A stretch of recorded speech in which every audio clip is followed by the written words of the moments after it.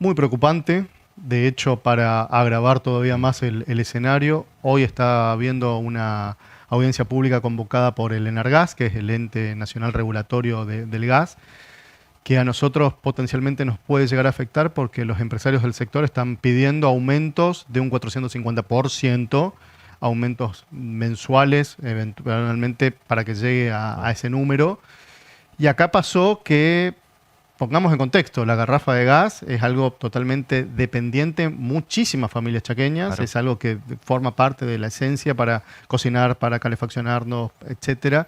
Entonces, estas subas desmedidas nos preocupa primero por la falta de control que hay. O sea, al margen de cuestiones ideológicas y liberación de precios, libre mercado, tiene que haber algún tope mínimo como para que evitar estos saltos que afecta directamente a los grupos más vulnerables de la población. Entonces, lo que nosotros hemos hecho frente a estas largas colas, frente a estos incrementos y a los posibles incrementos, es pedir a las autoridades provinciales con competencia en el tema, que entendemos son la Subsecretaría de Energía y la Subsecretaría de Industria y Comercio, que arbitren los medios para hablar con sus pares nacionales, a ver qué acciones se van a tomar en conjunto a nivel nacional, algún sistema de garrafas cuidadas, precios subsidiados, cuotas o montos establecidos, y que también hablen con los empresarios del sector, porque la gente no puede ir buscando, adivinando quién tiene mejor precio, quién tiene una mejor cuestión, más en estos momentos tan especiales y tan particulares, y como bien me dijiste vos, en esta época de verano con temperaturas altas, exponer a una situación de largas colas. Así que hemos hecho una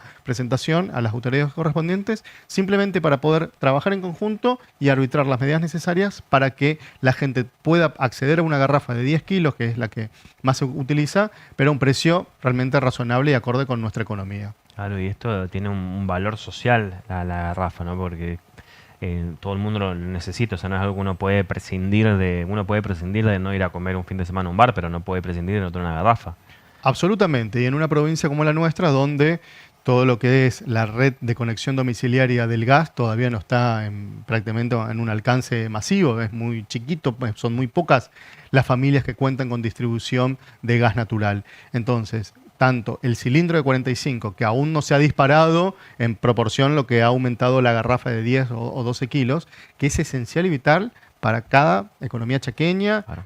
no solo en Resistencia, en cualquier localidad de nuestra provincia. Entonces, pedimos que se tengan en cuenta la situación económica particular. Estamos bombardeados de mensajes muy del libre mercado, la libre competencia. Acá no se discuten cuestiones ideológicas, sino que simplemente pongamos algún cierto marco de protección y regulación para los consumidores, en este caso de garrafas. Claro, y esto de pagar precios desorbitantes se ve mucho en las localidades del interior o en los barrios, ¿no? Donde la cadena para llegar a esa garrafa es mucho más larga y es mucho más costoso para otros chaqueños que los que pueden ir hasta una fraccionadora aquí en Resistencia. Absolutamente. Por eso nosotros habíamos hecho en su momento el pedido de que la garrafa sea considerada como un bien social, que sea considerado de interés público, para poder de alguna manera establecer ciertos criterios, más en provincias como las nuestras, donde al no tener la posibilidad de tener de forma masiva la red de domiciliaria de gas natural y pagar los valores irrisorios que pagan sobre todo aquellos usuarios y consumidores del AMBA, por ejemplo,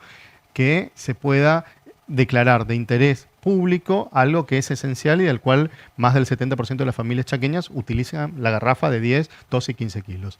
Entonces, frente a un escenario complejo a nivel nacional, pedimos a las autoridades que dejemos de especular, que trabajemos de manera conjunta, que se arbitren las medidas necesarias que haya que tomar para ir fijando y que no tengamos que ver imágenes nuevamente de largas filas, de largas colas o en localidades de nuestra provincia, incluso con valores aún mayores a los que podemos pagar en el área metropolitana de Resistencia. ¿Cómo queda la situación? Porque en esta desregulación de la economía, supongo yo que el precio o el valor que tenga este tipo de cuestiones como el gas va a quedar desregulado, ¿no? Y el mercado será el encargado de poner el precio. Si el mercado va a ser efectivamente el que va a poner el precio, pues bien, que las autoridades correspondientes se sientan con el mercado o con los que fijan precio y establezcan condiciones de paridad, condiciones de libre competencia, condiciones que no nos pasen que por sincerar, entre comillas, valores, de un día al otro tuvimos 30% de evaluación de los valores de la nafta y los usuarios chaqueños somos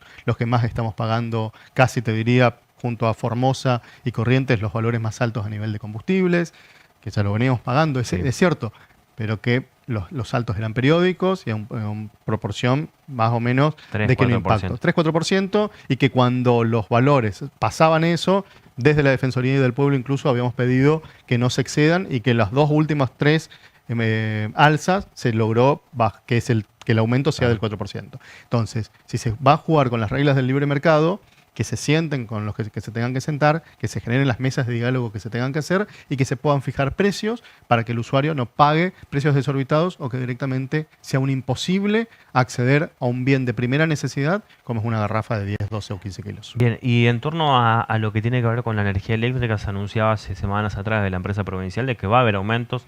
A partir de ahora de enero ya rige el aumento. Va a impactar esto solamente en la factura de lo que es marzo o abril. ¿Hay un camino de diálogo con las autoridades en torno a la energía eléctrica? Esperamos que pueda haber un camino de diálogo. La verdad que una persona como Hilario Vistoletti esté a cargo del directorio de la empresa SECHEP da tranquilidad porque es un hombre que conoce Claro. y sabe del sector. A lo que nosotros sí nos manifestamos la preocupación y por eso hemos hecho una presentación a la empresa SECHEP, es por dos cuestiones. La primera, nosotros entendemos que la audiencia pública que se celebró allá por febrero del 2023, donde la empresa hizo la presentación de la actualización de los costos tarifarios y los incrementos correspondientes, no está vigente. ¿Por qué? Porque de lo que salió de esa audiencia, la gestión anterior, el gobernador anterior, vetó el aumento, es decir, no se produjo el aumento. Por lo tanto, casi un año después, para nosotros no puede darse de manera automática una actualización, sino que debe darse un proceso de convocatoria de audiencia pública. En esa audiencia pública plantear los informes técnicos correspondientes, si es que la empresa considera que tiene que adecuar, modernizar o sincerar tarifas, que lo haga, pero con los pasos administrativos previos. Y también lo que hemos recomendado a la empresa es que dé un poco de claridad en el tema de subsidios, debido a que, como lo mencionás, los incrementos serían a partir del 1 de enero, impactando en la tarifa de marzo-abril. Enero, febrero, marzo es cuando los usuarios más energía utilizamos. Entonces vamos a tener un incremento realmente importante. Entonces queremos saber cómo es el sistema de subsidios hoy en la provincia del Chaco. Si estos 650 kilowatts, ¿se acuerdan de que durante los meses de verano los usuarios podíamos usar hasta 650 kilowatts subsidiados? Si nos excedíamos, pagábamos lo que se conoce una tarifa plana. Si eso está vigente o no. ¿Qué sistema de subsidios tenemos hoy en la provincia? ¿Qué sistema de facilidades de pago tenemos en la provincia?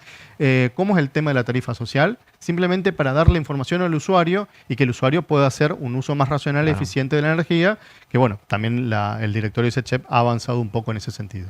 Claro, es toda una maraña de cosas que uno por ahí no entiende como usuario, qué es lo que está pagando, si impacta o no el aumento.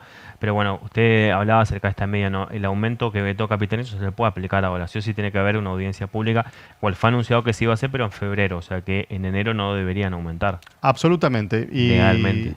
Y no debería, entendemos nosotros, que tiene que darse una nueva audiencia pública para que lo que se tenga que aumentar, primero que sea discutido en una audiencia pública, que se establezca por qué la empresa va a aumentar, cuáles son los fundamentos que llevan a esto y fundamentalmente en enero, febrero, marzo es cuando más gastamos energía, más usamos. 40 grados de calor hace que tener un aire acondicionado no sea un lujo, sino una necesidad.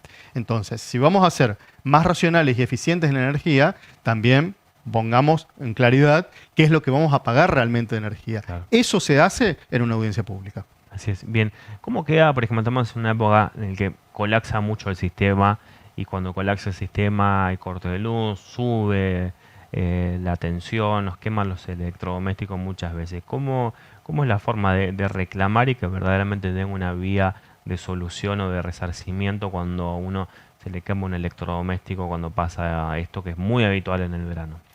Cuando pasa eso, hasta hace poco, el sistema anterior establecía que cualquier persona que haya sufrido la pérdida de algún artefacto eléctrico en un electrodoméstico podía ir a la empresa SECHEP, trataba de documentar todo lo que le pasó, es decir, cuándo pasó, que esté el usuario al día, que lleve la factura correspondiente, que saque un proporcional del costo de reparación de ese artefacto o cuánto saldría uno nuevo si es imposible repararlo, y en base a eso se iba a la empresa y la empresa lo que hacía es determinar si la responsabilidad era de la empresa, entonces se aplicaba el seguro correspondiente y había un resarcimiento, o si por el contrario la empresa entendía que esa quema del artefacto eléctrico, del aparato electrodoméstico, era imputable a el transporte o a la generación. No, es decir, no le correspondía a la empresa. Corresponde a Trasnea y no A Trasnea, a Transener y no a CECHEP. Entonces, bueno, ahí lo que habilitaba al usuario es que haga la medida judicial correspondiente o incluso nosotros desde la Defensoría asesoramos cómo hacer. Entendemos que el sistema sigue igual, que nos parece lo más natural que cuando alguien tiene una pérdida de electrodoméstico vaya a la empresa y que se vea realmente como una radiografía de lo que pasó. Tener que estar en regla, tenés que tener tu factura al día, tenés que documentar cuándo fue, en qué fecha fue, en qué momento y tener un presupuesto o de costo o de algo nuevo. Lo que le hemos pedido reiteradamente a la empresa en años anteriores es que trate de flexibilizar las cuestiones, porque si es algo que se le puede imputar a la empresa, una baja de tensión, que sea de la empresa y no un problema de Transenero, de Trasneo, de quien fuera, porque después al usuario le es muy difícil ir a reclamar a empresas que no tienen competencia prácticamente aquí en la provincia. En muchos casos se ha solucionado de forma positiva, en otros se ha tenido que llegar a una instancia judicial.